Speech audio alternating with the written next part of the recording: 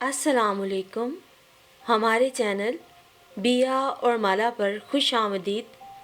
اگر آپ ہمارے اس چینل پر پہلی دفعہ آئے ہیں یا آپ نے ابھی تک سبسکرائب نہیں کیا تو بیا اور مالا کو سبسکرائب کرنا اور بیل آئیکن پریس کرنا ہرگز نہ بھولیں. دروازہ کھولنے پہ بدبو کا بھبوکا طبیعت پہ بے حد گرا گزرا. اس نے ناگواری سے خالہ ماں کی سمت دیکھا. ہر شے پہ گرد و غبار کی دبیز تہ جمی ہوئی تھی. چلتے چلتے صحن میں آیا تو روشن دان سے چھن چھن کر آتی روشنی نے زندگی کی خبر سنائی. یہ کوئی گھر ہے خالہ ماں؟ میاں یہ گھر نہیں مکان ہے. گھر تو اسے تمہیں بنانا ہے. مجھے 6 مہینے کا کرایہ ایڈوانس میں دو تاکہ میں پہلی ٹرین پکڑوں اور اپنی بیٹی کے گھر جاؤں. خیر سے اس کے گھر پہلی خوشی ہے. ساس بھی حیات نہیں. میرا جانا بہت ضروری ہے اور اب میں گئی تو 4-5 مہینے رہ کر آؤں گی. پھر زندگی کا کیا بھروسہ. ارے میاں گھور گھور کر در و دیوار کو کیا دیکھ رہے ہو؟ یہ پکڑو چابی. ایسا سستا مکان کہیں اور ملے تو پوچھوں. خالہ ماں کی بات کچھ ایسی غلط بھی نہیں تھی. اس نے کرائے کی رقم نکال کے ان کے حوالے کر دی. ہاں یہ ہوئی نا بات. اچھا میں اب چلتی ہوں. بجلی پانی سوئی گیس سب کچھ ہے یہاں. ایک کمرہ ہے, ایک غسل خانہ ہے.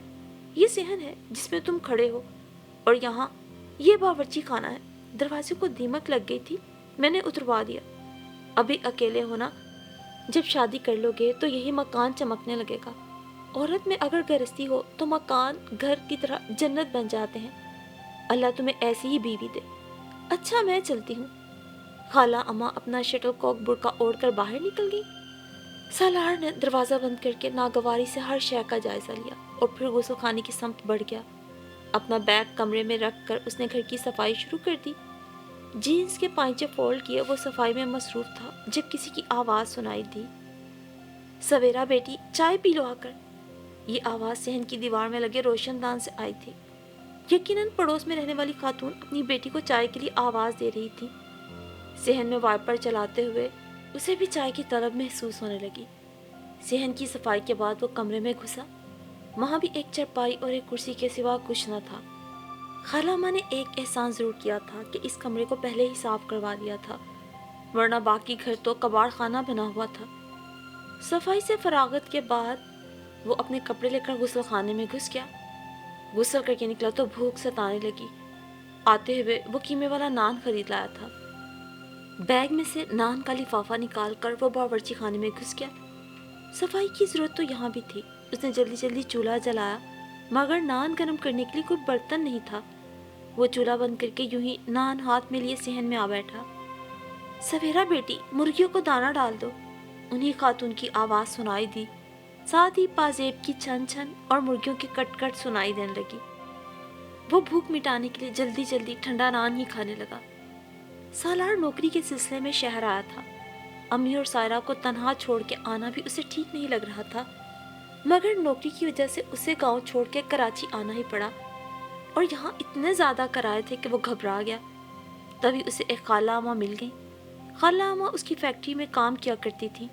اب ریٹائرمنٹ لے کر اپنی بیٹی کے یہاں جا رہی تھی. اس کی پریشانی سن کر انہوں نے اپنا ایک غیر آباد مکان اس کے حوالے کر دیا. مکان کا کرایہ بھی نہ ہونے کے برابر تھا. اگرچہ مکان اسے پسند تو نہیں آیا تھا, لیکن وہ بھی مجبوری کے ہاتھوں خاموش تھا. اور پھر سالار اگلے روز صبح فجر کی نماز ادا کر کے واپس آیا تو کچن کا رخ کیا. رات کو ساری صفائی کر کے اور ضرورت کے برتن دھو کر سویا تھا. مسجد سے واپسی پر وہ انڈے اور ڈبل روٹی لیتا آیا تھا. ناشتہ بناتے ہوئے اس نے پازیب کی چھن چھن کی آواز سنی تو کھڑکی سے کان لگا کر کھڑا ہو گیا. سویرا بیٹی آج تو حلوہ پوری کھانے کو دل کر رہا ہے اور تمہارے ہاتھ میں ذائقہ بھی بہت ہے. انہی خاتون کی آواز سنائی دی. حلوہ پوری کے نام پر سالار سے اپنا انگریزی ناشتہ ہضم کرنا مشکل ہو گیا. کچھ ہی دیر میں روشن دان کی کھڑکی سے حلوہ پوری کی اشتہا انگیز خوشبو اس کے گھر میں داخل ہونے لگی. سویرا بی بی کو اتنی توفیق تو نہیں ہوئی کہ ہمسایوں کو بھی ناشتے میں شامل کر لے. اس نے جلے کٹے انداز میں سوچا اور فیکٹری جانے کے لیے تیار ہونے لگا. سارا دن فیکٹری میں ڈیوٹی دینے کے بعد شام کو تھکا ہارا گھر لوٹا تو ہنڈیا کی فکر ستانے لگی۔ گھر میں صرف آلو تھے۔ اس نے ڈھیلی ڈھالی شلوار قمیض پہنی اور کھانا بنانے کی تیاری کرنے لگا۔ سویرا بیٹی، اپنے ابا کو دکان پہ کھانا بھیج دو، سویرا کو ایک بار پھر حکم سنایا گیا۔ آہ، کتنے خوش نصیب ہیں سویرا کے ابا۔ پیاز کاٹتے ہوئے سالار اپنی آستین سے آنسو پونچھتے ہوئے سوچنے لگا۔ ابا کی وفات کے بعد بہت بھاری ذمہ داریاں اس کے کندھوں پہ آ گری تھیں۔ بڑی آپا کی شادی، قرض کی ادائیگی، سائرہ کے جہیز کی فکر، انہی ذمہ داریوں کو نبھاتے نبھاتے وہ اپنا آپ بھلا ہی بیٹھا تھا۔ کبھی مزدوری کی اور کبھی اخبار تقسیم کیے، بچے ٹیوشن پڑھائے تو کبھی سیلز مین بنا۔ اب تعلیم مکمل کر کے بڑی مشکل سے ایک فیکٹری میں نوکری ملی تھی۔ اس کا خیال تھا کہ سائرہ کی شادی کے بعد اماں کو بھی اپنے پاس شہر لے آئے گا۔ ہنڈیا پکانے کے بعد وہ 2 روٹیاں لینے بازار چلا گیا۔ روٹیاں لے کر واپس آیا تو دیوار کے پار مکمل خاموشی تھی۔ شاید وہاں بھی سب کھانا کھانے میں مصروف تھے۔ وہ بھی بسم اللہ پڑھ کے کھانا کھانے میں مصروف ہو گیا۔ پھر نہ جانے رات کا وہ کون سا پہر تھا جب بجلی چلی گئی۔ وہ بھی گرمی سے گھبرا کے صحن میں نکل آیا۔ گھپ اندھیرے سے بھی دل گھبرانے لگا۔ ابھی وہ موم بتی جلانے کا سوچ ہی رہا تھا کہ چوڑیوں کی آواز سنائی دی اور ساتھ ہی روشن دان والی دیوار پر موم بتی رکھ دی گئی۔ اس کے آنگن میں بھی دھیمی دھیمی سی روشنی بکھرنے لگی۔ کتنی اچھی ہے نا یہ سویرا، سب کا کتنا خیال رکھتی ہے۔ سالار وہی صحن میں رکھی کرسی پر بیٹھ کر اس کے بارے میں سوچنے لگا۔ 15-20 منٹ گزر گئے ہوں گے کہ لائٹ آ گئی۔ روشن دان کی کھڑکی میں سبز آنچل میں چھپا چہرہ نظر آیا اور موم بتی گل کر دی گئی۔ کاش سویرا کا چہرہ نظر آ جاتا، اتنی اچھی لڑکیوں کو دیکھنا چاہیے۔ وہ مسکراتے ہوئے کمرے میں واپس آ گیا۔ فیکٹری میں ان دنوں بہت کام تھا۔ یہ ایک ریڈی میڈ کپڑوں کی فیکٹری تھی۔ گرمیوں کا موسم ختم ہونے والا تھا۔ سردیوں کے کپڑوں کی تیاری زور و شور سے جاری تھی۔ اوور ٹائم لگانے والے ورکرز کو 1 گھنٹے کا 100 روپیہ ملتا تھا۔ وہ بھی 3 گھنٹے اوور ٹائم لگانے لگا۔ اب رات دیر سے واپسی ہوتی تھی۔ وہ ہوٹل سے ہی کھانا لے جانے لگا۔ فیکٹری سے واپسی پر ہوٹل سے کھانا لیا تو خیال آیا کہ دودھ کا ڈبہ بھی ناشتے میں ختم ہو گیا تھا۔ محلے میں موجود چھوٹی سی دکان کا رخ کیا، جہاں ایک باریش بزرگ چہرے پہ شفیق سی مسکراہٹ سجائے بیٹھے تھے۔ السلام علیکم چاچا۔ اس کے سلام پہ انہوں نے بھی بڑی محبت اور اپنائیت سے وعلیکم سلام کہا۔ لگتا ہے میاں اس علاقے میں نئے ہو؟ جی، وہ سبز دروازے والا گھر جو بہت عرصے سے بند تھا نا، وہی کرائے پہ لیا ہے۔ اچھا، پھر تو تم ہمارے ہمسائے ہو۔ اس مکان سے بالکل جڑا ہوا ہمارا مکان ہے۔ بزرگ کے چہرے پہ مسکراہٹ بکھر گئی۔ اچھا، تو وہ آپ کا مکان ہے؟ اس کے ذہن میں سویرا کا خیال آیا۔ ہاں بیٹے، کبھی چکر لگاؤ، بلکہ ہمیں تو تمہاری دعوت کرنا چاہیے تھی، بس علم ہی نہیں ہوا کہ 7 والا گھر کرائے پہ چڑھ گیا۔ صبح کا نکلا، شام کو گھر جاتا ہوں، بیگم کو بھی پتہ نہیں چلا شاید۔ ارے نہیں، میں کسی روز یوں ہی آ جاؤں گا چاچا جی، دراصل فیکٹری سے آتے آتے بہت دیر ہو جاتی ہے۔ سالار نے بھی سہولت سے انکار کیا۔ مجھے دودھ کا پیکٹ چاہیے، اس نے والیٹ سے پیسے نکالتے ہوئے کہا۔ لو بیٹے، اور پیسے رہنے دو، تم ہمارے پڑوسی ہو اور آج پہلی دفعہ میری دکان پر آئے ہو۔ یہ پیسے دیکھ کر مجھے شرمندہ نہ کرو۔ وہ پیسے لینے سے انکار کر رہے تھے۔ ارے نہیں، آپ کا تو کاروبار ہے۔ ان کی اپنائیت سے وہ بھی شرمندہ ہونے لگا۔ نہیں بیٹے، آج نہیں، آج تم پہلی بار آئے ہو، بسم اللہ کی ہے، آئندہ آؤ گے تو میں پیسے لے لیا کروں گا، تم یہ دودھ کا ڈبہ لے جاؤ۔ انہوں نے بھی محبت بھرے انداز سے کہا تو وہ مزید اصرار نہ کر سکا۔ تم نے اپنا نام نہیں بتایا بیٹا۔ جی، میرا نام سالار ہے۔ اس نے دودھ کا ڈبہ اٹھاتے ہوئے اپنا نام بتایا۔ جیتے رہو سالار بیٹا۔ چاچا جی نے بڑے خلوص سے اسے دعا دی تھی۔ واپسی پر وہ سوچ رہا تھا کہ سارا گھرانہ ہی اچھا اور خوش اخلاق لگتا ہے۔ کھانا کھانے کے بعد وہ چائے بنا کر صحن میں آ بیٹھا۔ پازیب کی چھن چھن اور چوڑیوں کی آواز سے اندازہ ہو گیا کہ سویرا صحن میں کام کر رہی ہے۔ سویرا بیٹی، مرغیوں کے ڈبے میں بند کر دو اور روٹیاں پکانی شروع کر دو، تمہارے ابا آتے ہوں گے۔ وہ چائے کی چسکیاں لیتے ہوئے کان ادھر لگائے بیٹھا تھا۔ اچھا اماں، ابھی پکاتی ہوں۔ یہ آواز تھی کہ کوئی جھرنا بہ رہا تھا۔ وہ بھی سیدھا ہو بیٹھا۔ اس نے پہلی دفعہ سویرا کی آواز سنی تھی۔ اتنی سریلی اور مدھر آواز اس نے اپنی زندگی میں ہی پہلی دفعہ سنی تھی۔ اس کا جی چاہا دیوار کے پار وہ بولتی رہے اور وہ سنتا رہے۔ لیکن وہ تو شاید باورچی خانے میں جا چکی تھی، اور وہ اپنی خواہش پہ کتنی ہی دیر مسکراتا رہا۔ اگلی صبح آسمان پہ بادل ہی بادل تھے، یوں لگتا تھا کہ بارش برسی تو جلد تھل کر دے گی۔ وہ جلدی جلدی تیار ہو کے فیکٹری کے لیے نکل گیا۔ ناشتے کے نام پر صرف چائے بنا کے پی۔ دروازے کو تالا لگاتے ہوئے اس کی نظر ساتھ والے گھر کے کھلے دروازے پہ پڑی۔ سیاہ بالوں کی لمبی چوٹی، اس کی نظریں وہیں اٹک گئیں۔ یہ یقیناً سویرا تھی۔ اس کا چہرہ دوسری طرف تھا، لیکن سیاہ آبشار سے بال اس کی خوبصورتی کا پتہ دیتے تھے۔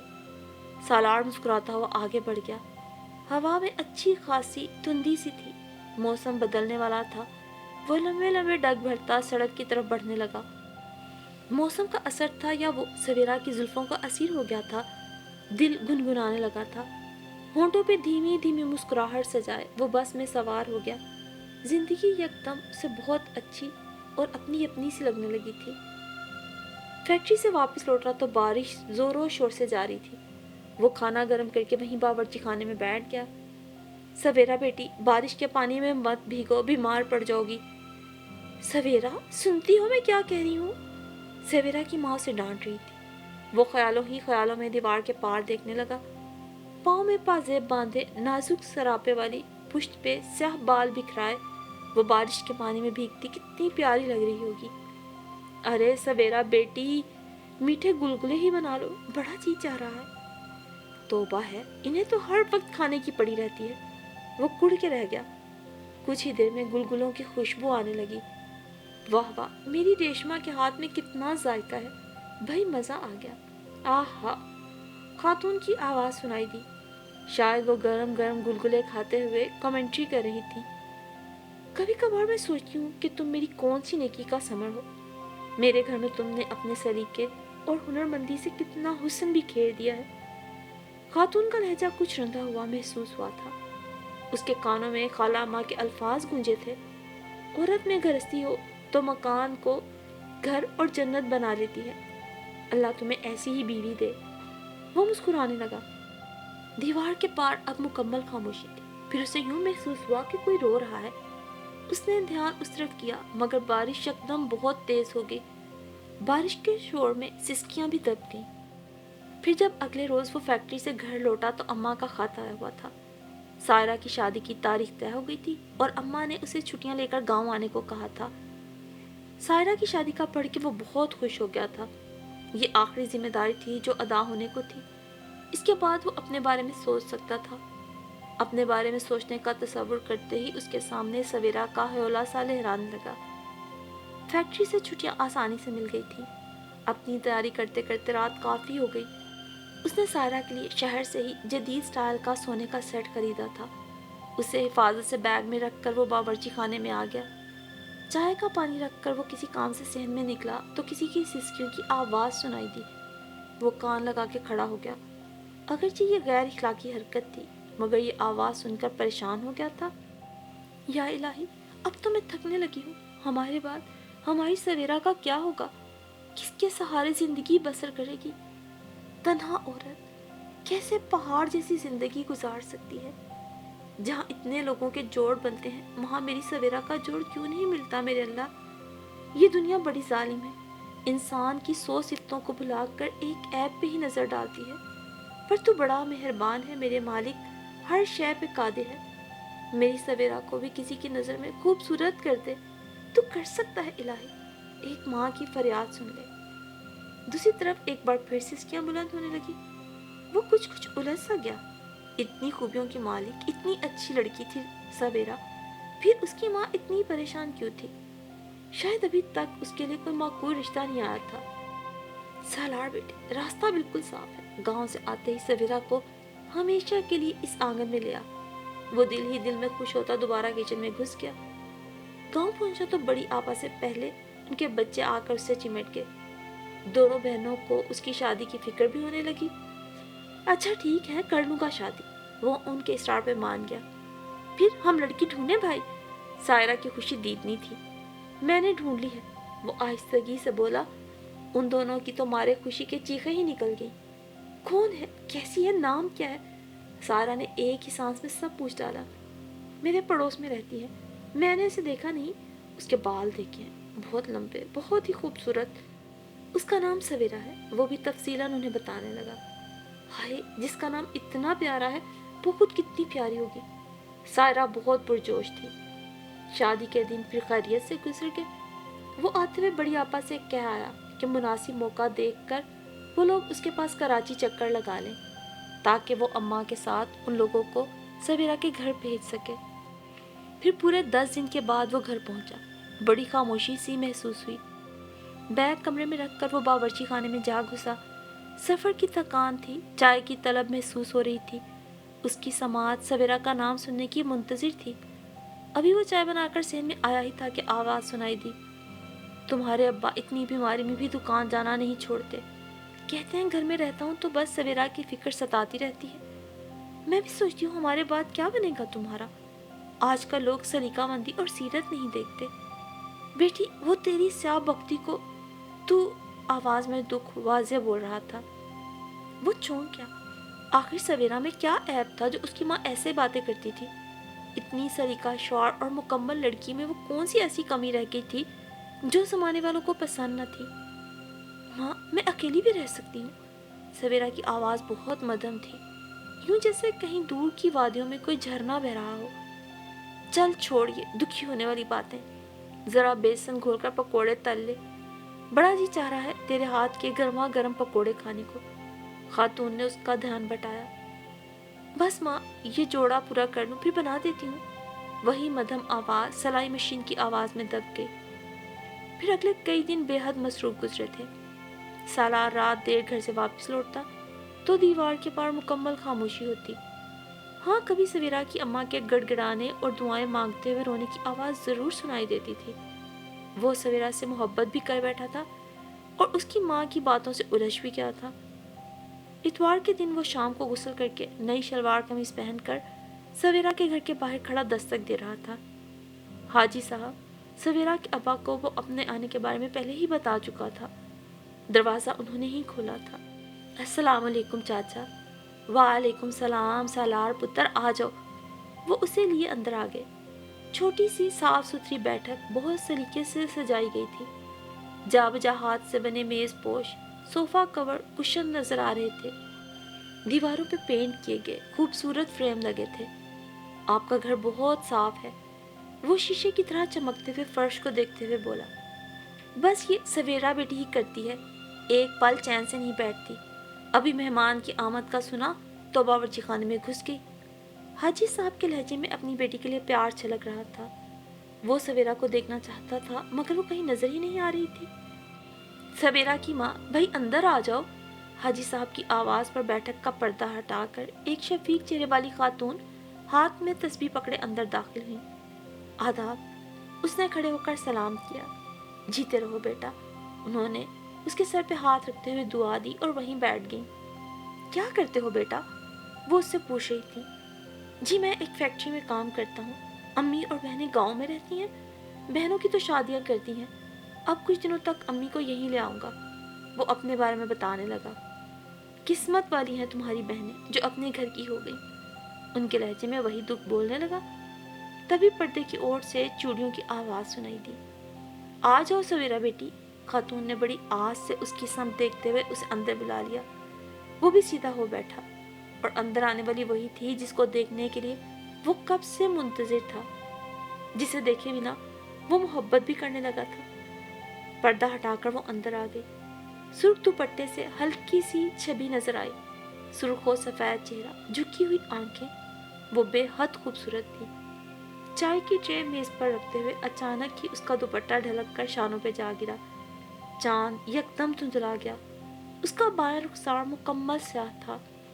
سالار جیسے ٹھٹک کے رہ گیا۔ تو یہ تھا وہ عیب، یہ تھی وہ کمی جس نے اتنی اچھی لڑکی کے نصیب میں سیاہی مل دی تھی۔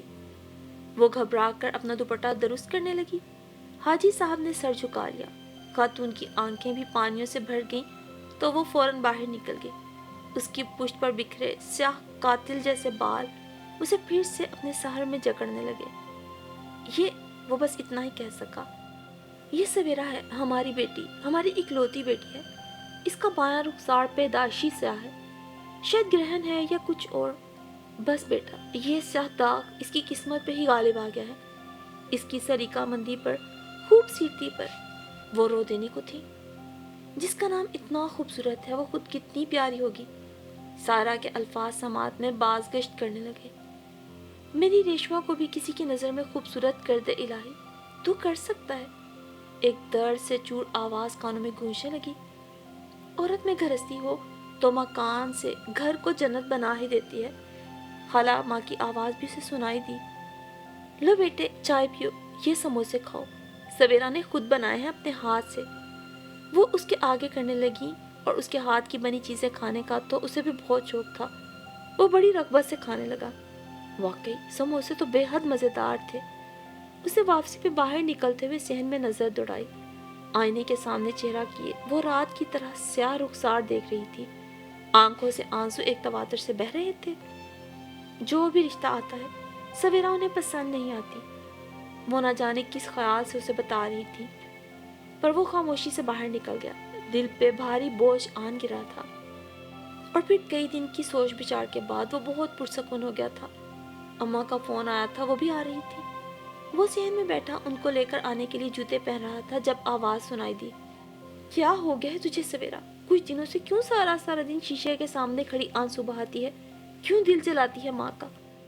کیونکہ میرے دل پہ بھی تو داغ لگ گیا ہے، کسی کی چاہت کا داغ، وہ بہت آہستگی سے بولی تھی۔ آئینہ روشن دان کے بالکل نیچے تھا۔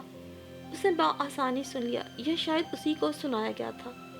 وہ زیر لب مسکرا کے رہ گیا اور اماں کو لینے نکل گیا۔ شام کو اماں نے آتے ہی پوچھا، کون ہے وہ لڑکی؟ جلدی بتا مجھے، صبح شام فکر ستاتی رہتی ہے۔ تیرا گھر بھی تو آباد ہو، یہ جہاں تو رہ رہا ہے یہ تو مکان ہے۔ مکان، اور ہاں میں بتا رہی ہوں، میں مستقل یہاں نہیں رہ سکتی۔ میں اپنے گھر میں گاؤں میں ہی رہوں گی، اپنی بیٹیوں کے قریب، یہاں آتی جاتی رہوں گی۔ اب جلدی بتا کون ہے وہ؟ اماں کے پوچھنے پر وہ کچھ دیر چپ ہی رہا۔ اب بول بھی، اماں کو تجسس ہوا۔ اماں وہ اس دیوار کے پاس رہتی ہے، بہت اچھی لڑکی ہے۔ ایک گھریلو لڑکی میں جو خوبیاں ہونی چاہیے وہ سب اس میں موجود ہیں۔ اتنے لمبے تو اس کے بال ہیں، بہت اچھی ہے، اتنے مزیدار کھانے بناتی ہے کہ کیا بتاؤں، سلائی کڑھائی سب جانتی ہے۔ اماں وہ بہت اچھی لڑکی ہے۔ وہ اس کی ساری خوبیاں گنوانے لگا۔ اور شکل و صورت کی کیسی ہے؟ اماں کے سوال پہ وہ مسکرا دیا۔ بہت خوبصورت، سمجھو 14ویں کا چاند۔ مگر اماں ایک بات ہے، وہ بہت آہستگی سے بولا۔ وہ کیا؟ اماں اس چاند کو گرہن لگا ہوا ہے۔ مگر اماں اس کے دل کا چاند بالکل روشن ہے، اس پہ کوئی داغ نہیں سوائے میری محبت کے داغ کے۔ جملے کا آخری حصہ وہ صرف سوچ کے رہ گیا۔ کیا مطلب؟ اماں کا ماتھا ٹھنکا۔ اماں وہ اس کے چہرے کا آدھا حصہ داغدار ہے، بالکل سیاہ گرہن کی طرح۔ اس کی آواز پست تھی۔ اماں کی آنکھیں کھلی کی کھلی رہ گئیں۔ مگر اماں میرے لیے وہ بھی بہت خوبصورت ہے۔ وہ سمجھا اماں کبھی نہیں مانیں گی۔ بس اتنی سی کمی، اتنا معمولی سا عیب۔ لعنت ہے میری تربیت پہ کہ تم اس کمی کو مجھ سے یوں ڈر ڈر کے بیان کر رہے ہو۔ محبت میں محبوب کے عیب بھی دکھائی نہیں دیتے بیٹا، پھر تمہیں کیسے اس کا یہ نقص دکھائی دے گیا؟ اماں کا غصہ اسے بہت اچھا لگا، ان پر ٹوٹ کے پیار آ رہا تھا۔ وہ اسی وقت ریشما کے گھر چلی گئی۔ وہ روشن دان سے منہ چپکائے کھڑا تھا۔ پیروں کے نیچے 3 ٹانگوں والی سٹول تھی۔ بیٹھک سے مبارک سلامت کا شور اٹھ رہا تھا۔ حاجی صاحب اور سویرا کی اماں کے چہرے خوشی سے دمک رہے تھے۔ وہ سٹول سے اتر کر اس گھر کے دروازے میں جا کھڑا ہوا۔ اماں سویرا کو ساتھ لگائے پیار کر رہی تھی۔ وہ سب ایک بار پھر بیٹھک میں گھس گئے تو وہ صحن میں آ گیا۔ سویرا آئینے کے سامنے کھڑی شرمگی مسکراہٹ سجائے ہوئے تھی۔ سالار کو دیکھ کے گھبرا ہی تو گئی۔ اپنے داغدار رخسار کو دوپٹے میں چھپانا چاہا تو اس نے ہاتھ سے روک دیا۔ نہیں سویرا، مجھے اپنے چاند کا یہ داغ بھی پسند ہے۔ اس نے بے یقینی سے سالار کی سمت دیکھا تو وہ مسکرا دیا۔ یوں مت دیکھو، ورنہ دیوار کے پار وہاں اس آنگن میں لے جانے میں دیر نہیں کروں گا۔ اس کی بھاری آواز اور جذبوں سے مہکتے لہجے سے سویرا نے شرما کے رخ پھیر لیا۔ تم خوش ہو نا؟ وہ جاتے جاتے پلٹ کے بولا۔ یہ کوئی پوچھنے کی بات ہے؟ وہ دھیرے سے بولی تھی۔ چہرے پہ حیا کے کتنے ہی خوبصورت رنگ بکھر گئے تھے۔ اور آپ؟ لہجے میں ابھی بھی بے یقینی تھی۔ بس اتنا یاد رکھنا، دیوار کے دوسرے پار کسی کو اپنے چاند کے اپنے آنگن میں اترنے کا بڑی شدت سے انتظار ہے۔ سالار پوری سنجیدگی سے کہتا ہوا باہر نکل گیا۔ بیٹھک کے دروازے میں کھڑے حاجی صاحب اور ان کی بیگم نے ایک دوسرے کی سمت دیکھا اور پھر دل ہی دل میں اپنے رب کا شکر ادا کرنے لگے۔ وہ واقعی سب کچھ کر سکتا ہے۔ یہ معجزہ نہیں تو اور کیا تھا کہ سالار کی نظروں میں سویرا بہت خوبصورت تھی۔ ان کے دل مسلسل شکرانے میں مصروف تھے۔ سالار سچ میں ایک انتہائی فرما بردار اور پرخلوص انسان تھا، اور وہ خوش تھے ہر والدین کی طرح کہ ان کی بیٹی کو ایسا قدر کرنے والا شوہر نصیب ہونے جا رہا ہے۔ سب کی آنکھوں میں آنسو تھے۔